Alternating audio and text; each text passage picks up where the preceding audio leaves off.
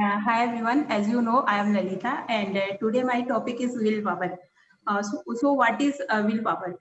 Willpower is made up of two words. First is will. Will means desire, इच्छा. And second is power means शक्ति. तो ये दोनों word जब combined होते हैं देन बनता है विल पावर. विल पावर कई चीजें होती है, जैसे हम क्या सोचते हैं कि हमें सपोज दैट हमें वर्कआउट करना है, ठीक है, हमने डिजायर किया, बट वो विल पावर में तब चेंज होता है जब आप उसको मतलब स्ट्रांगली उस चीज को कर पाते हो. लाइक अगर आपने सोचा कि मॉर्निंग में मुझे उठ के वर्कआउट करना है, बट आप सुबह सोते रह गए, तो आपका विल पावर नहीं होगा, वो सिर्फ आपका विल होगा. विल पावर कन्वर्ट होता है तब क्या होता है कि आपको जो नहीं करना होता वो भी आप करने के लिए कैपेबल हो जाते हो. वो आपको इतनी कैपेसिटी देता है, इतनी एनर्जी देता है कि जो भी चैलेंजेस आपके सामने उस सबको आप ओवरकम कर जाते हो. तो विल पावर हमें हेल्प करता है हमारे सक्सेस को अचीव करने में, हमारे गोल को अचीव करने में. So I want to share a story of Arunima Sinha. All you know, Arunima Sinha की स्टोरी स्टार्ट होती है जब वो 11 अप्रैल 2011 में ट्रेवल कर रही थी लखनऊ टू दिल्ली. तो क्या हुआ था कि वो ना गोल्ड का चैन पहनी हुई थी, तो उसको उस चैन को छीनने के लिए कुछ रोवर्स आए ट्रेन के अंदर, और जब वो उनसे फाइट करने लगी तो उनको उठा करके चलती ट्रेन से नीचे फेंक दिए. वो 7 आवर्स रेलवे ट्रैक पे पड़ी रही, पूरे नाइट पड़ी रही. 49 ट्रेन वहां से पास हुई और एक ट्रेन के चपेट में वो आ गई, जिसकी वजह से उनका फ्रैक्चर हो गया. उनका स्पाइनल कॉर्ड में बहुत सारा फ्रैक्चर आया था. उसके अलावा उनका जो लेग था वो डिस्ट्रॉय हो गया कंप्लीटली. और जब वो उनको हॉस्पिटल गई तो उनका जो एक लेग था उसमें रॉड डला और सेकंड लेग जो था उसको आर्टिफिशियल में कन्वर्ट किया गया, क्योंकि उसको वो कंप्लीटली डिस्ट्रॉय हो गया था.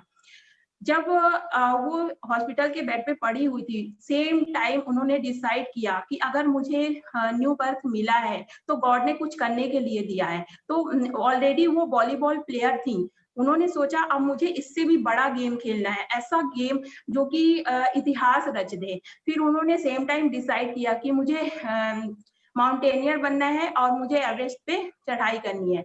तो फिर आफ्टर 4 मंथ जब वो वहां से डिस्चार्ज हुई, वो अपने मिशन को कंप्लीट करने के लिए गई. तो फर्स्ट ऑफ ऑल वो बेजेंद्री पाल से मिली और उनसे गाइडलाइन ली कि कैसे उनको एवरेस्ट पे जाना है. तो सबने उन्हें मना किया कि आप पागल हो गए हो क्या, आपकी तो कैपेसिटी नहीं है, आपकी बॉडी पूरी डिस्ट्रॉय हो गई है, स्पाइनल कॉर्ड में फ्रैक्चर है, आर्टिफिशियल फुट है, कैसे आप चल पाओगे. लेकिन उन्होंने बोला कि नहीं, मुझे ये करना है. वो आगे बढ़ी. आगे बढ़ते हुए जब वो क्लाइंब कर रही थी तब जो स्नो होता है ना, आइस होता है, उसमें जो आर्टिफिशियल लेग्स है वो कंटिन्यू स्लिप हो रहा था. तो वहां भी उन्हें काफी लोगों ने बोला कि ऐसा करो कि आप लौट जाओ, ये आपके बस का नहीं है. तो उन्होंने एक ही आंसर उनको दिया कि ये मेरा लेग है और मुझे पता है कि इसके अंदर कितनी शक्ति है, तो मैं ये करूंगी. फिर उसके बाद जैसे वो आगे बढ़ती, जो डिस्टेंस लोग 3 मिनट में कवर करते थे, उस डिस्टेंस को कवर करने में उनको 3 to 4 आवर्स लग जाते थे. वो थोड़ा डिमोटिवेट होती थी, फिर खुद को मोटिवेट करती थी. और उन्होंने उस टाइम पे डिसाइड किया कि सबसे पहले मैं एवरेस्ट पे पहुंचूंगी. और जब 1.5 आवर्स रह गए थे एवरेस्ट में पहुंचने के लिए, तो उनका ऑक्सीजन खत्म हो गया. फिर भी उन्होंने हिम्मत नहीं हारी. उस टाइम पे उन्हें फिर से बोला गया कि आप लौट जाओ, अदरवाइज हो सकता है कि आपकी डेथ हो जाएगी, आप वहां तक नहीं पहुंच पाओगे.